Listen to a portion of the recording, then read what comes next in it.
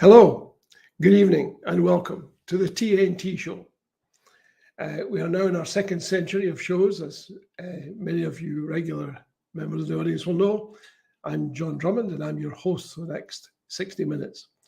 And again, as I always say, but it's worth repeating, the TNT Show and Indie Live are growing and delivering more exciting shows than ever before. You can watch the TNT Show on indielive.net. It's streamed out on YouTube, Facebook, and Twitter. Plus, on YouTube, you can see all the previous shows. Now, there's an offering that you just don't get with the BBC, and they're charging you a license fee, right? And this is coming straight to you, unedited, live. So, first of all, an explanation for the absence of the show last week with singer Iona Fife. As they say in media circles, we had a scheduling problem. Iona was double booked, so we'll try and get her back on a future show because she's just not to be missed. It's been another great day for today's Britain. There's news. Here's news for all of you who thought that polio may have been eradicated. We hear that the virus has been found in samples at Beckton Sewage Works in East London. Now, for those of you who are much younger than me, and I guess that's most of you, it's a virus that spreads when food or water contaminated by human waste is consumed. Now, I hasten to add, I'm sure there's absolutely no connection between this news and the fact that water companies have been pumping enormous amounts of sewage into rivers south of the border. Can't happen in Scotland, of course, because there are no water companies. It's owned by the public, the water supply in Scotland mainly. So tonight we are talking to two very special guests. We'll be discussing Cornwall, Kernow, with Sarah Tresidder and James Ball. And they're from AUOB Kernow, and they're activists for the cause of Cornish independence. And they're here for a full hour. So they'll be taking your questions live. You still have a chance to have a question considered. Details are on indielive.net. As you know, TNT stands for The Nation Talks. So in many respects, this is your show. We're live and we're free. So no license, not a problem. Now, to our guests tonight, The Nation Talks to Sarah and James. Thanks so much for joining us, folks. How are you? Starting with Sarah. I'm fine. Thank you for inviting us, John. That's a great pleasure. And where are you speaking from tonight? I live in a little village called Brake, which is near Helston in Cornwall. It's near the Lizard Peninsula, down in the foot of Cornwall. Lovely. Sounds glorious. And James, welcome. Yeah, very good. Thanks, John. It's a pleasure to join you this evening. And where are you based?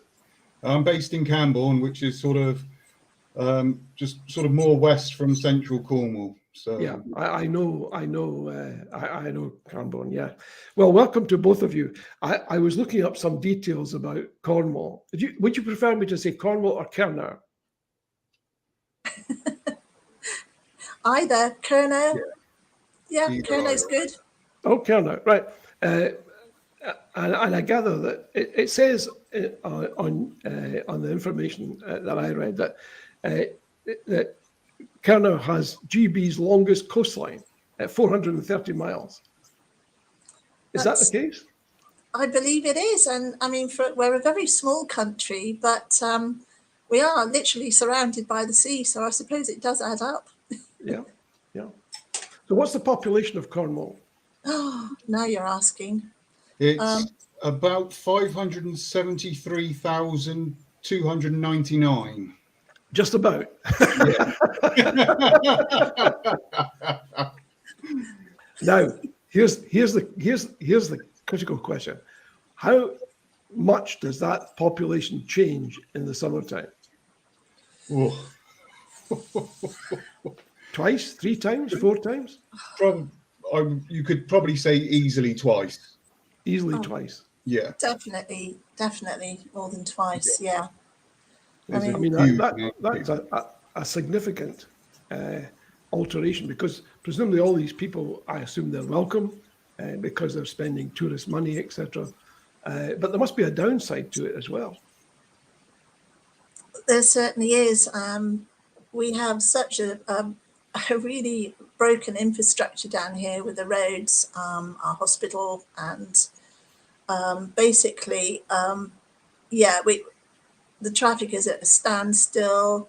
It's the pollution levels have gone up so high now. We are beginning to notice it, particularly over the last 5 years. But the last 2 years, they've been a completely different matter altogether.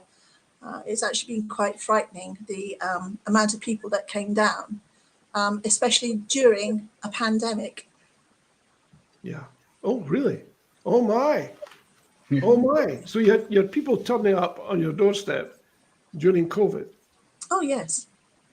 Yes, they were coming down overnight with empty cars so that if they were stopped by the police entering Cornwall, they could say that they were going home, and then they were ordering their goods online and having their belongings being sent down separately.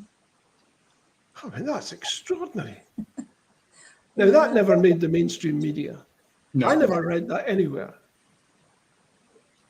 No, it was mentioned somewhere, I can't remember, but by the media, but it was quickly forgotten. But yes, we have several incidences where people have informed the police of these arrivals, and they have been checked and sent home on some occasions. Gracious. Now, there was a great fuss made by the BBC in Scotland about the possibility of putting police on the border between Scotland and England to do exactly what you've just described. And yet it was happening in Kernow, and nobody here knew. And it was no big deal, I assumed. I can't imagine. Were you upset about that? I mean, did that cause you grief, the fact that people were being stopped who were traveling with COVID? Possibly. Well, I felt very disappointed that people weren't going to act in a responsible manner, and that they could spread COVID by coming down here when we were at the time one of the areas with the lowest incidence of COVID. Did feel it was a bit selfish. Yeah. A lot of them stayed indoors. Some of them had the cheek to ask their neighbours to go shopping for them. But I mean, if they stayed away from us, it wasn't so bad. You know, then just we hid indoors, they hid indoors. And were you affected at all by COVID?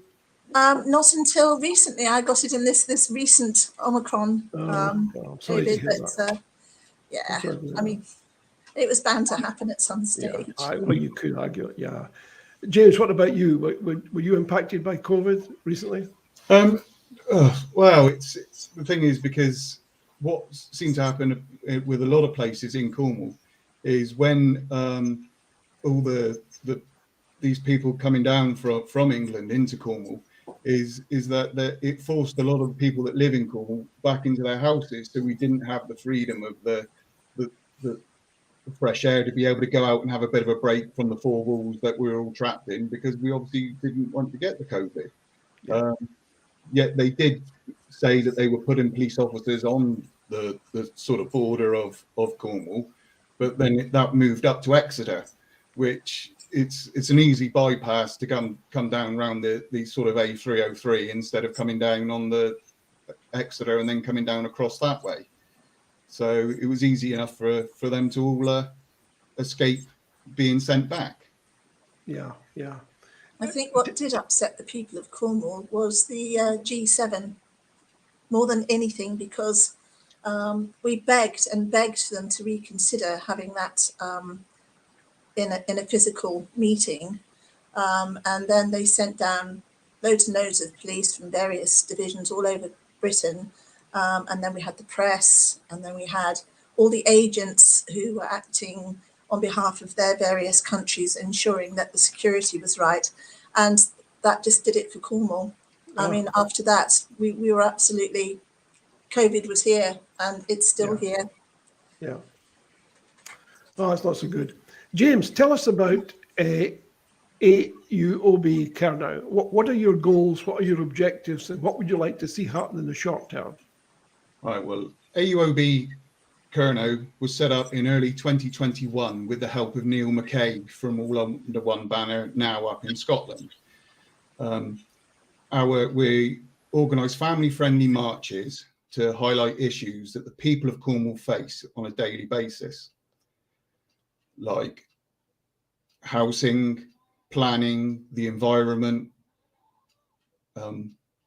It all has a massive impact on the people of Cornwall, and we need to make sure that we have change within Cornwall, because at the moment we are governed by everything in Westminster, and what is fit up in Westminster isn't fit for the people of Cornwall. So we're proposing that we form an assembly of Cornwall and we work forward, so we take in our full decisions so that we have say over our planning, over the housing situation, so we can take full control and be able to take care of our own affairs. But don't you already have a council that covers the whole of Cornwall? We do have a council that covers the whole of Cornwall, but they are really just an agent for Westminster. They do not have an interest in caring for what the people of Cornwall need. Well, when I look at the composition of the council, I'm not suggesting this is new information, but it looks to me as that it's stuffed full of what councils used to be stuffed full of in Scotland. There are 46 Tories, 38 Lib Dems, and 30 Independents, 5 Labour, and I think 5 from the Cornish National Party. Does that sound about right?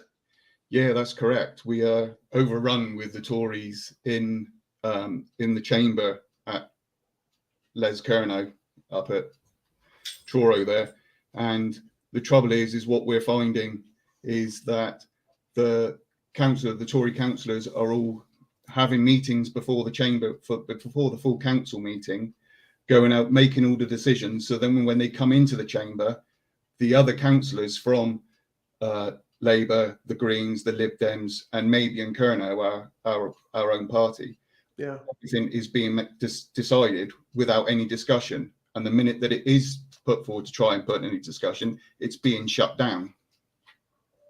There must be some collaboration though, because when I look at 38 Lib Dems, 30 Independents, 5 and 5 again, there's enough there to outvote the Tories.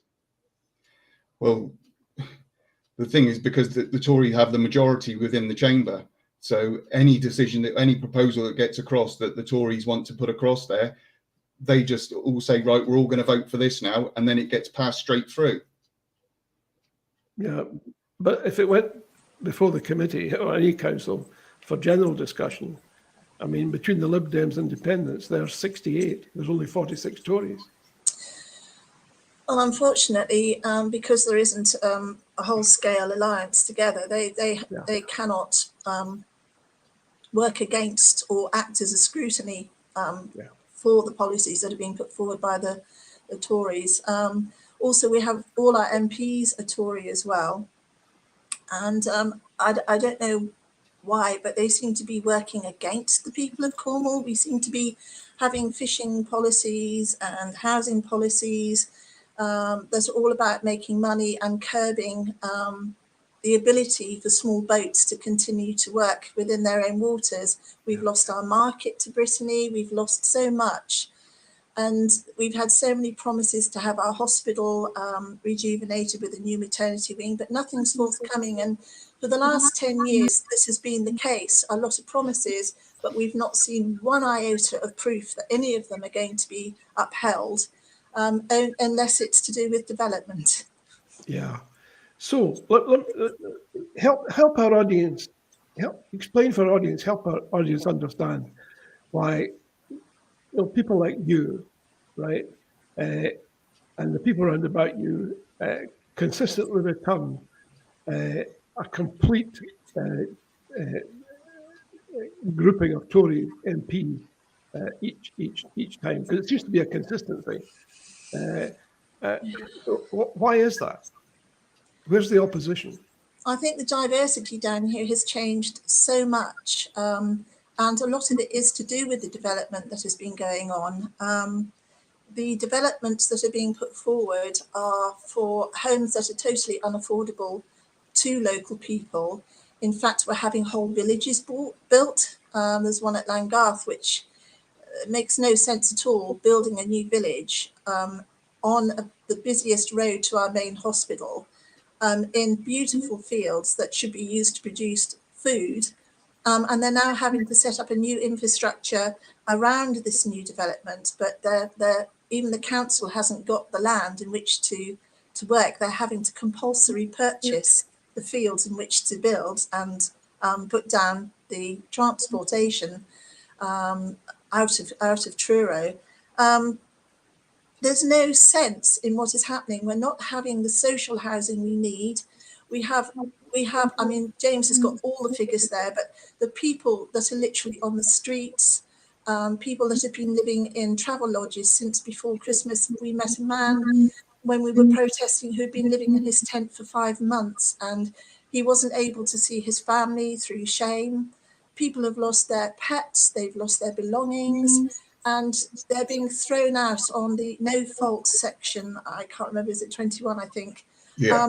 And it's beyond belief. There's no dignity, there's no propping up. People are being treated like animals. They're not being given a say as to whether they can stay within their communities. They're being threatened with being expelled out to the other side of the border if they complain about their accommodation. And we have to be so careful when we talk about this, because those that are in this situation are so frightened of losing the little accommodation they have. My. Do you want to enlarge upon that, James? Yeah, because like many places, the same that in many places around sort of Wales and all round, we suffer with second homes and holiday homes. Currently, we have 12,776 second homes and 11,000 holiday homes. And we have 21,817 people on the housing register. And it doesn't take a magician to work out that if we didn't have the second homes and the holiday homes, we would be able to house all of those families in suitable accommodation. Our council are paying out over £2,000 every 4 weeks to house these people in travel lodges or in caravan parks. But instead, they haven't got suitable social housing, which with rent costs that would be considerably lower. A lot of the rent cost in social housing is around about £500 a month. So the local council is hemorrhaging money into these travel lodges and holiday parks, which I just don't understand why they can't see where the problem is. And with these second homes, as we all know, it's been in the news quite a lot lately, that they're not paying any council tax for these homes. So we're losing around about £26 million a year because they're not paying any council tax. So is this the non-payment of council tax? That's a statutory device that people can use to avoid paying tax, is it? Yeah, well, obviously, because they have a second home, they get a relief because they're not in it for a certain amount of time for the year, so they don't have to pay anything towards it. So we haven't got any of that money getting put back into our economy, so that our economy is struggling even more.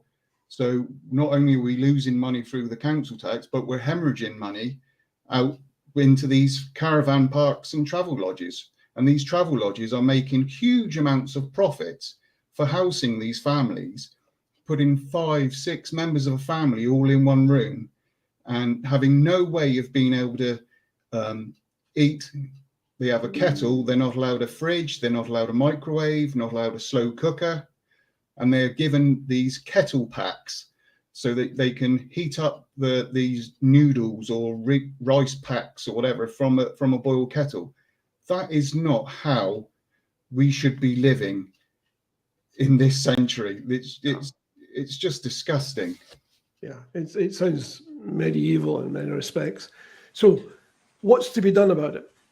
What would you like to see happen? If you had a magic wand and you could wave it and you would bring into effect tomorrow morning some major change, what would it be? I think because it's also destroying communities as well, because as we know, St Ives has a major problem with being empty for so many months of the year, so that it's absolutely soulless. There are so few people that actually live in the town. Most of the residents have now been moved out into other accommodation above the town in lesser properties that are not quite such good standard. And then we have many people coming down and buying up properties to let out, which is a very equitable business. But what happens is the people that don't live here, that own properties, all the monies they make go out of Cornwall, and it's dead money. So it's not being reinvested. It's not a part of our economy. So what we have to do, we have to do this. Otherwise, this is never going to end, and more people are going to lose the right to live here. We have to put a cap on how many homes within a community can be used as lets or holiday lets or second homes. We also have to put a cap on the amount of properties any one person or conglomerate can own within a community, because then we need to stop this wipeout of a social community. It's killing us off. It's killing off our language where it was growing. It's killing off our culture.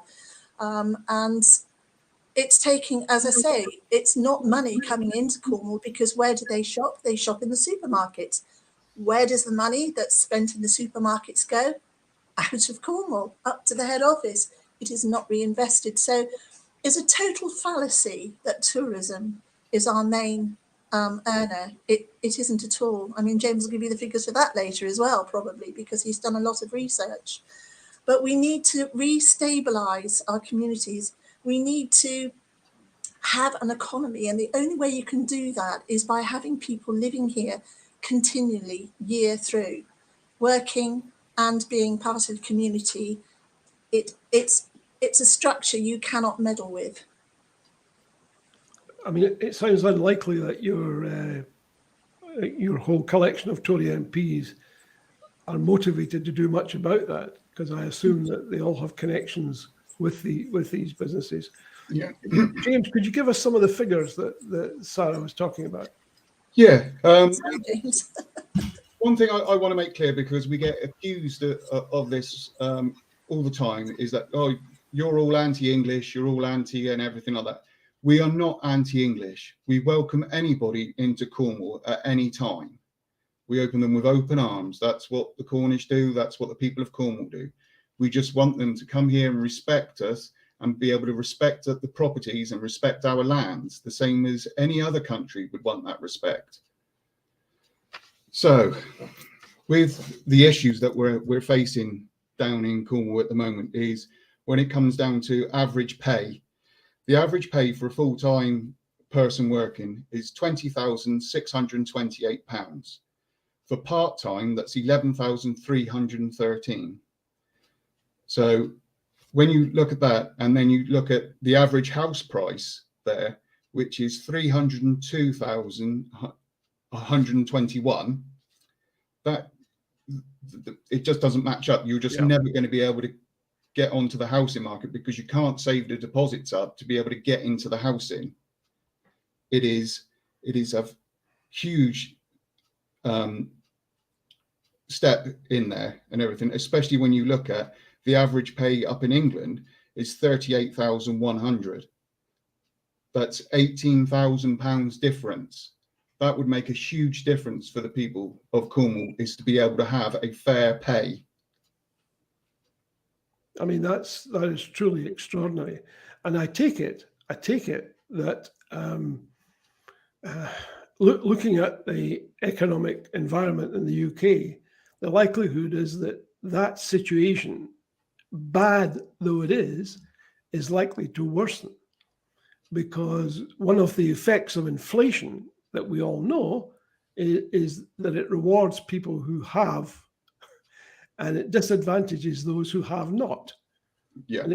And the crude instrument that's used to deal with inflation, i.e. the Bank of England, is to raise interest rates.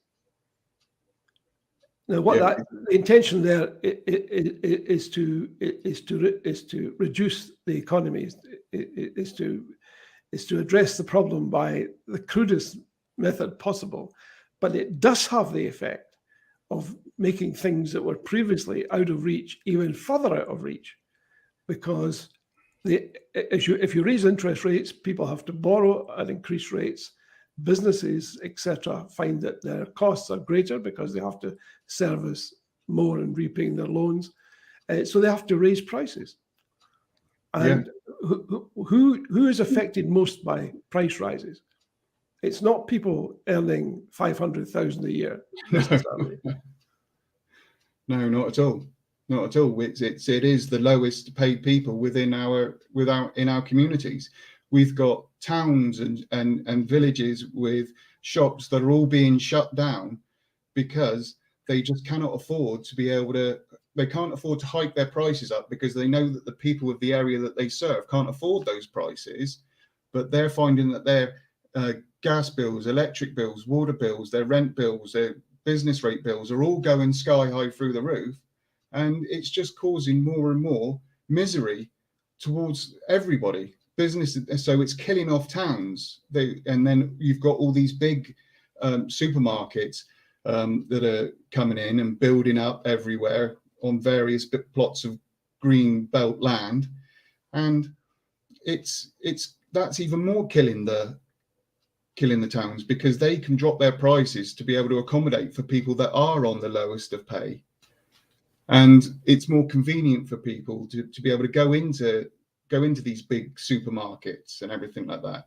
I know that many towns now that we're just mainly full up of either charity shops or takeaways, and that's basically it.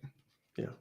So looking at that problem, which you and Sarah have described so eloquently, you might be excused for thinking that people will be rushing to your banner to take steps to address this. What is the situation? Where, how much local support do you get from people, and do you have any support in the media, for example? Well, we have no support with the media, and that is a historical thing. I mean, MK have had problems trying to even get onto the local news because they're not interested in a party that is so small. They're only interested in having the Westminster parties on. And any event down here is totally ignored by the press generally. We do have a friendly photographer, and I think we've been lucky enough to have the BBC Southwest come down once. So fingers crossed. But I think that the main problem we have now is that Cornwall is ripe for the taking, and the people that live here, I mean, that trying to survive, whether they've got work or not work, have had enough. It doesn't matter where you're from. If you're down here trying to live in Cornwall, if you're on very small means, you are suffering.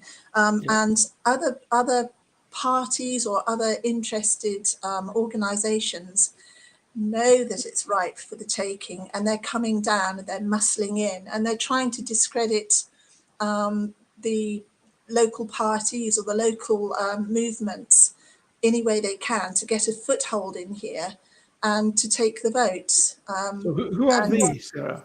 Who are these groups? Well, I don't know whether we should mention them, because I don't feel that that's going to serve much purpose, but some of them are union led, so they've got a lot of money behind them, whereas we don't. So they can put on big functions, 3-day events and things like that. I mean, we try and invite and have invited all the parties to all of our marches, and it just happened that only 3 turned up at the last one because the others were busy.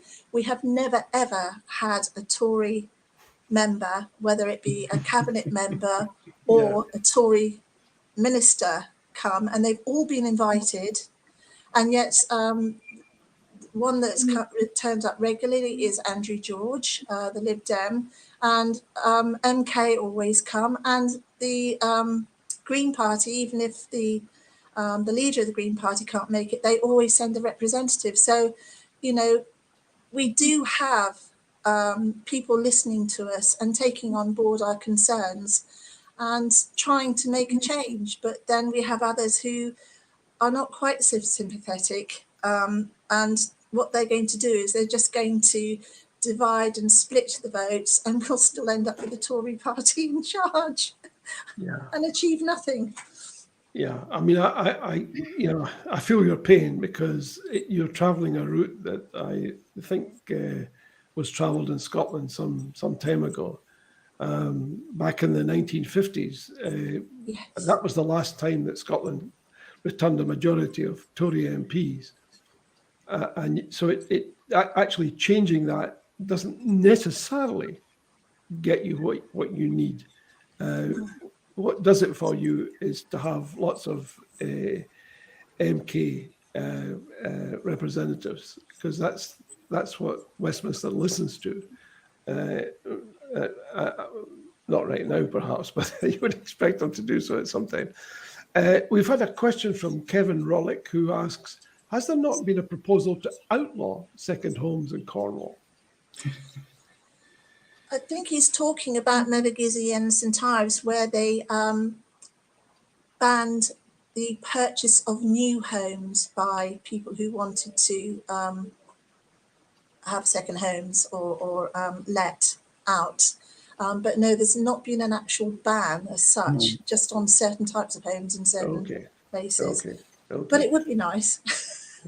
I can tell you right now, we're running a poll with our gosh. audience on Facebook, Wow. and we're asking, should Cornwall have self-determination? 1, via an assembly. 2, extra parliamentary activity. 3, nationhood. No, let Westminster decide. So we'll give you the results of that poll at the end. Well, I don't know about you, James, but I reckon an assembly is what we need. Yeah, we do. But we need to get more people out onto the ground. We need people to have the courage to come out and join in with our marches. Yeah. We're doing this for every single person of Cornwall. It's not just what people call the Cornish or anything like that. This is for the whole of Cornwall. We have many people across Cornwall that have moved down to Cornwall, and they have taken Cornwall into their heart. They have taken into their culture. They've taken in the language. They've taken in the whole lifestyle that what Cornwall is, and they love that. So we're fighting for those people, and that's the people we need to get their feet onto the ground and come out marching with us, because we have all had enough of all this situation that we're in by the Tories. We cannot carry on like this. And I think what the main problem is that when it comes round to the general election and stuff like that, I think on the last election, there was only about 34% of the population that actually went out and voted. And that's a huge waste of people's opportunity to be able to make a difference. So when you get your chance to vote, put your name on it, get yourself a postal vote, do it that way if you don't want to get out. We need to make a difference. We need to stop the Tories from getting in, and vote for your local councils and local people that can make a difference. Go out to these rallies and listen to them talk, listen to what they have to say, because the only way that we're going to be able to make a difference is by putting these people in place. I know we hear it time and time again, oh, they're all the same, they're just in it for themselves and everything like that. But that's not the case with a lot of the people in Cornwall. We have some very, very good councillors and a very good party of Cornwall, maybe in Kernow.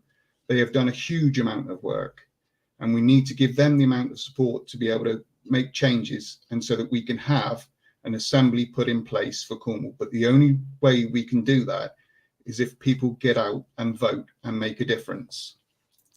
Yeah, I think you make a very good point there. One of the, you can see it happening across the UK. One of the techniques that the Tories use is to tar everyone with the same brush. But internally, they say things like, you need to get out and vote for your local Tory MP or councillor. But in public, they say, look, okay, we're corrupt, but everyone is corrupt. Yeah. And the whole notion there is to try and dampen the vote from the opposition while energizing their own vote internally. I think we'll see that in the 2 by-elections that are coming up soon. where they will be working desperately hard behind the scenes to say to people, that's only for the general public, that message. For you, you need to go out and vote. Yeah. And who's to vote for? And by the way, they're not Conservatives. The other main problem that we're facing with that surrounds the second homes and the voting is that what we're having is that people can have the right to choose to not vote from their primary residence, so they can choose to vote from their second home down in Cornwall. So if it looks like a seat within Cornwall is going to slightly rock towards Labour, Lib Dem or something like that, then the Conservatives can have a chat and everything and send their friends down to Cornwall and say, right, you need to vote for the Conservative Party in that area.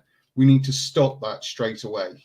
We need to really clamp down on that. You vote from your primary residence only. Yeah, so what they're doing is, does the law, forgive my ignorance, but does the law enable people to self-describe their own primary residence? For example, if I happen to live in Islington, can I claim that my principal residence is in Kernow in order to vote for a Conservative in Kernow? Yes. Yes. Yeah, you can. Yeah, you can. You can choose to vote from down in your second home, which is so wrong. It's so unfair. Well, that's very sad. Sarah, your mic is turned off. But there you are. You're back on again. Yeah, I was going to say that is one of the major problems. We don't have a register. We don't have a proper register of what the houses are, whether they're a holiday let or whether they're a second home. And we do need to be more on top of that in order to make the changes we need to do. We also need to be able to make it a policy that should people sell or try to change the use of their homes, they should have to apply for, the words have gone from my head. I know what I mean. A change of use. They need to be able to apply for a change of use. Yeah, because then I'm hoping that people will think twice about it and think, oh no, we don't really want to pay twice or three times the amount of tax on this property. We need people to think more morally and less of their own interests to be able to get this to work. In many ways, it's a circular argument, because you're asking people to vote Tory who characteristically are folks who tend to put their own self-interest first, not to do that. You're asking them to take a self-denying ordinance to put other people first, which sounds like a wee bit like a stretch to me. But then again, I wish you every success in it. But not all Tories are tarred with the same brush. There are some pretty nice ones. Absolutely, and I wasn't suggesting that. What I was suggesting is that there's the leadership of the Tory party is an acknowledged liar. Yeah. And we all know the old adage that a fish rots from the head down. And you would expect the Tory party to be more influenced by that than perhaps other parties. But who knows that? Michael Champion is telling us that Kernow has the legal right to its own government, not just an assembly. The Stannery Parliament is our own government and only has to be called by the Duke. Who's the Duke? That's the Duke of Cornwall. Yeah. So you're asking the Duke of Cornwall to recall the old Stannery. Is that right? Is that what he's suggesting? Michael suggests. This is something that's being looked into, not by us, because we don't actually understand the whole of the legal connotations with regards to this. But yes, the Duke of Cornwall is supposed to be Lord Protectorate of the people of Cornwall, and sadly he's failing quite badly in his duties. The Stannery Parliament is a parliament that is held by the Duke's men, as well as miners and various working men of Cornwall, but it's been defunct for so long now because the Duke has not called it and he has to call it. So yeah, that's not something we can really comment on, sadly, because I don't have all the information. I haven't delved into that, but we can still ask for an assembly, we can still ask for the right to govern ourselves. Okay. Yeah. Yeah. I mean, people are getting in touch with us to say that people shouldn't be able to use their second homes to vote.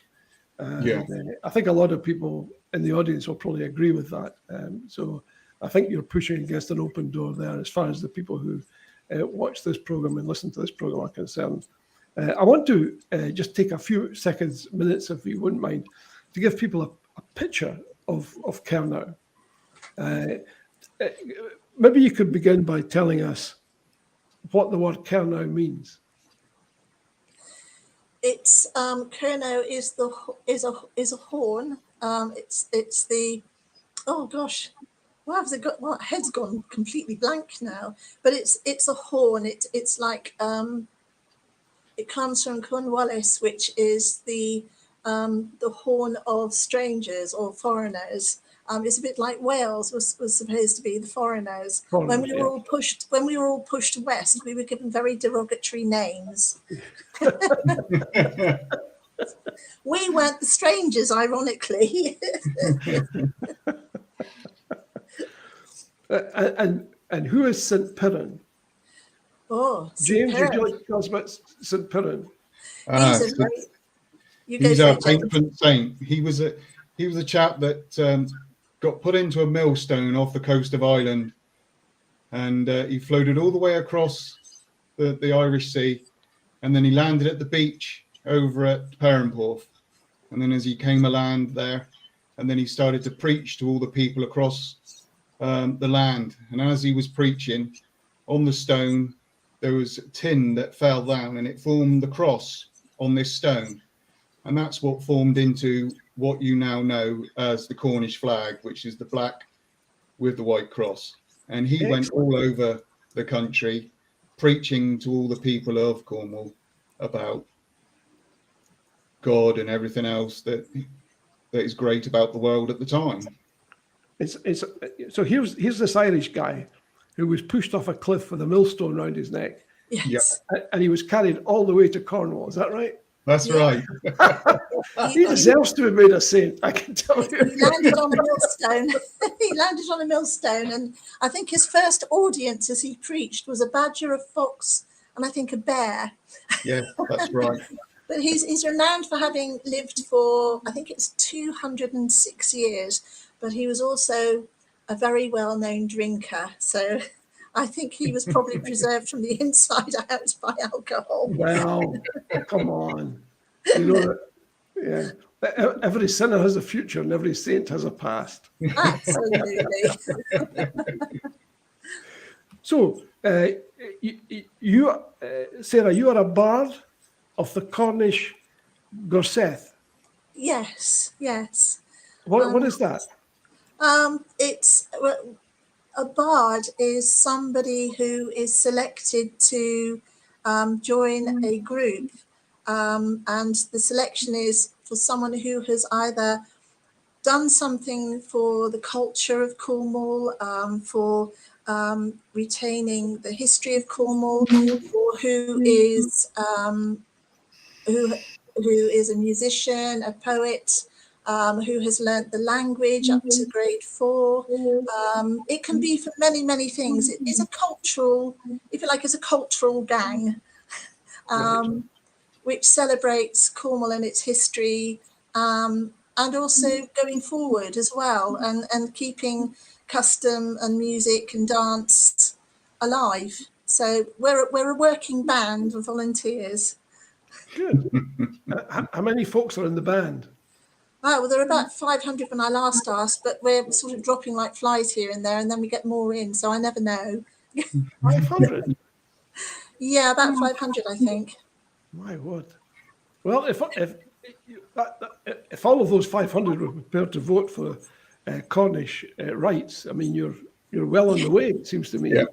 Because you've got a total population, and I assume that of the over 500,000 people that you mentioned, James, a whole bunch of those will be kids and people not eligible to vote. So if you've got a group of 500, you're off to a reasonable start, I would have thought. Yeah. Do you know what I mean? And if you look at the 500, well, 573,000 that we've got there, because we often hear that whenever we talk about Cornwall's having its own assembly, its own independence, its own say in running itself, we often hear, well, you wouldn't be able to cope by yourselves. You don't earn enough by yourselves. You don't do anything to warrant that. But people don't realise that our GDP is 13.2 billion.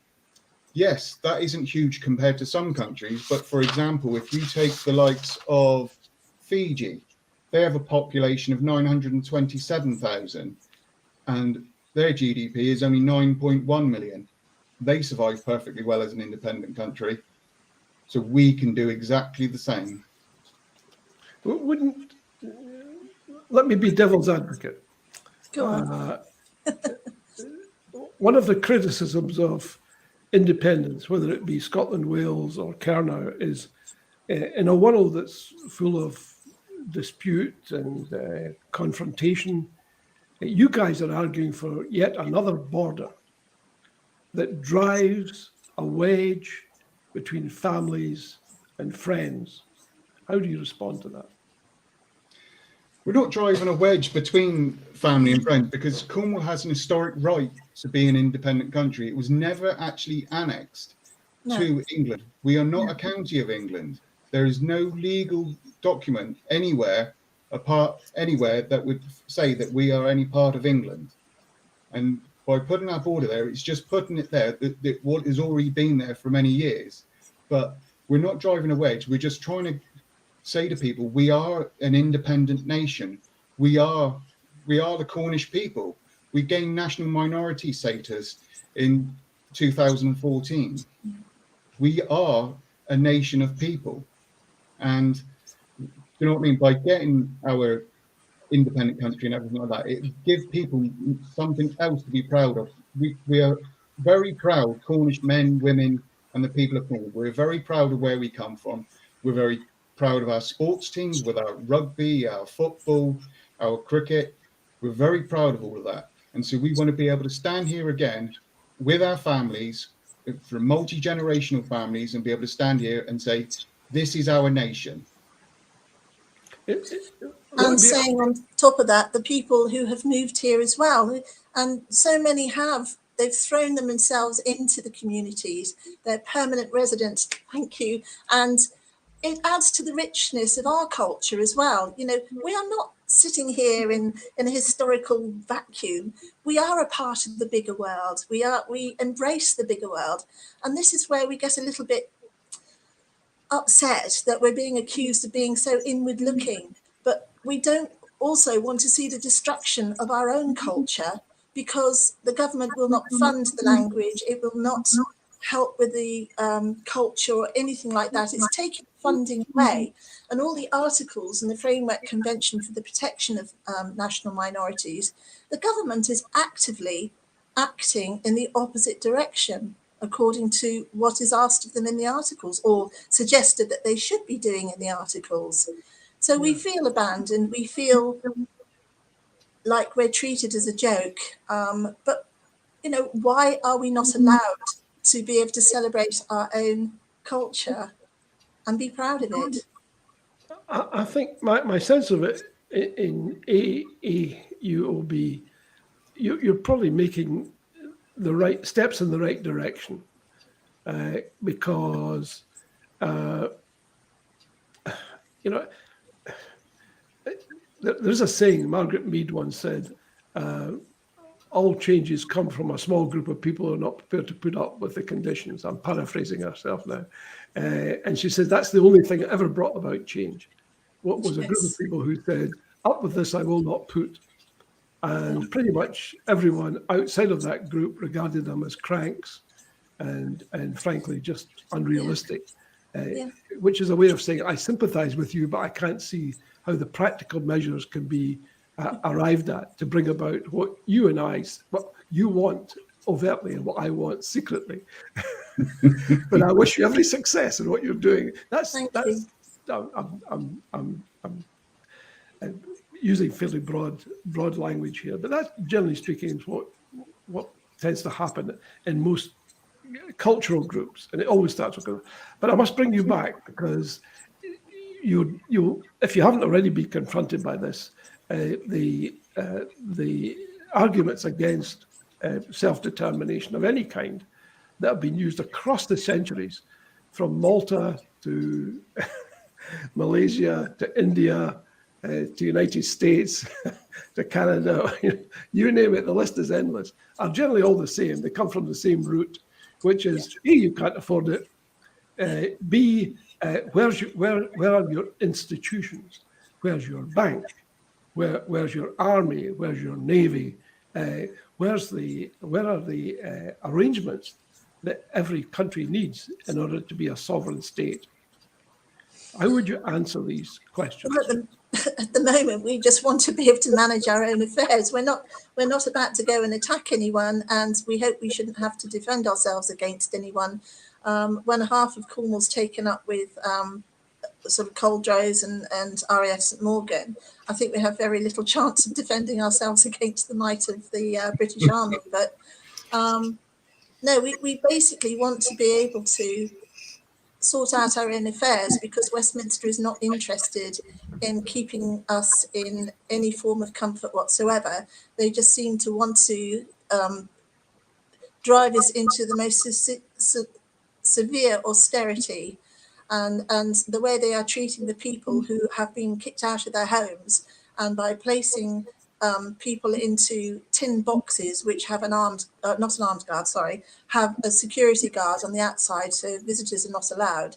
I feel that is shameful, and that must go against the human rights, surely. Yeah. So, I mean, we're under no illusion whatsoever that we won't be able to set up all our banks, our armies, or anything like that straight away. We do have a bank. This is why we're trying to firstly set up our assembly so that we can have full autonomy about what goes on down here.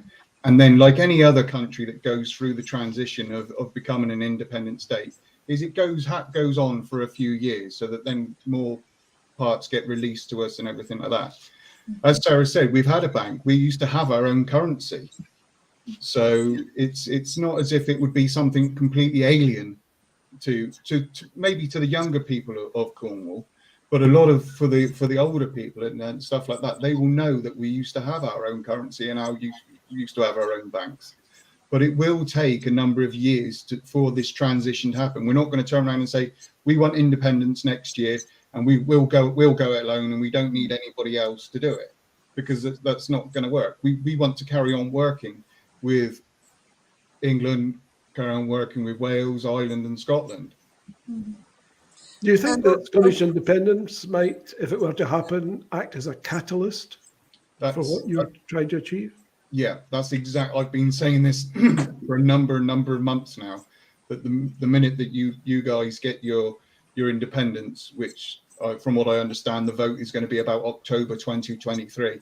That will be the catalyst for the breakup of the union, and then it won't be far behind. And Wales will soon be behind Scotland, and this will prove that these Celtic nations can survive without the rule of Westminster. Now, I will say it again: we are not anti-English; we are anti-Westminster rule. Yeah. And also, we need to sort out our planning. We need to stop this outrageous amount of development that's going on prime agricultural land, which is purely driven by the great conglomerates in London, the huge development companies. If you do object to a plan and it gets objected or turned down by your local council or town council, time and time again, they'll just keep going because they've got the money, they've got the lawyers. They'll take it to Bristol, who have the overall and final say on all planning decisions, and that's it. It's passed and it goes and it happens. Sorry, let me get this right then. Bristol decides on planning for Cornwall? Yeah. Why? They don't even visit the area. They don't even visit any parts of Cornwall. Who decided that? Westminster. I mean, this is a dumb question, but I have to ask it anyway. Who decided Bristol was the best place? This is Westminster for you. Yeah, I don't know whether it's something, I don't know the actual history of how long it has been, but I believe it has been for a very, very long time. But it's probably part of the regional development area, you know, the Southwest Regional Development Area project that they try to push on us with Objective 1 money. I mean, it almost sounds like somebody in Westminster isn't very sure where Cornwall is, and somebody said it's in the west. Well, I think you've hit the nail on the head there, John. It's somewhere over there. Well, we've got the poll results coming in. They'll be up in a second.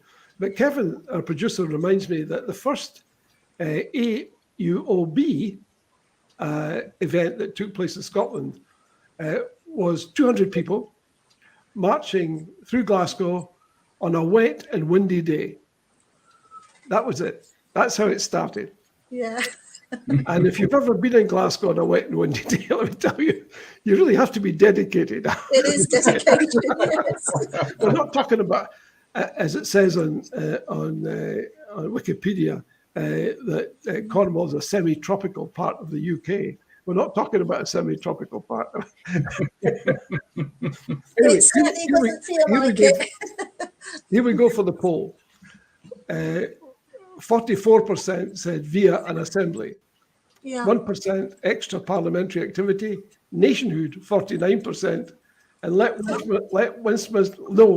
Westminster decide 6%. Now, I hasten to remind our audience that we have a rather large unionist component to our audience, which I'm absolutely delighted about, because the branding would suggest that this is very much an independence-focused channel, which of course it is.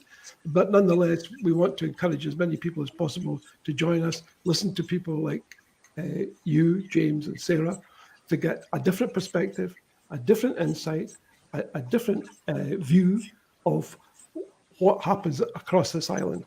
Because it's not going to be, nobody else is going to deliver this. I mean, they're just not. And so I'm absolutely delighted that our audience is as comprehensive as it appears to be. That's good. Because it suggests to me that whatever the mainstream media's view is of people's wishes and desires, this represents perhaps a more accurate version, i.e. that people are interested in Kernow, that people do want to know what you're doing. So even though you've been told by other media outlets, well, you don't really come above our horizon when it comes to this sort of thing, that's not borne out by what we're seeing tonight. No. And I wish you all the very best.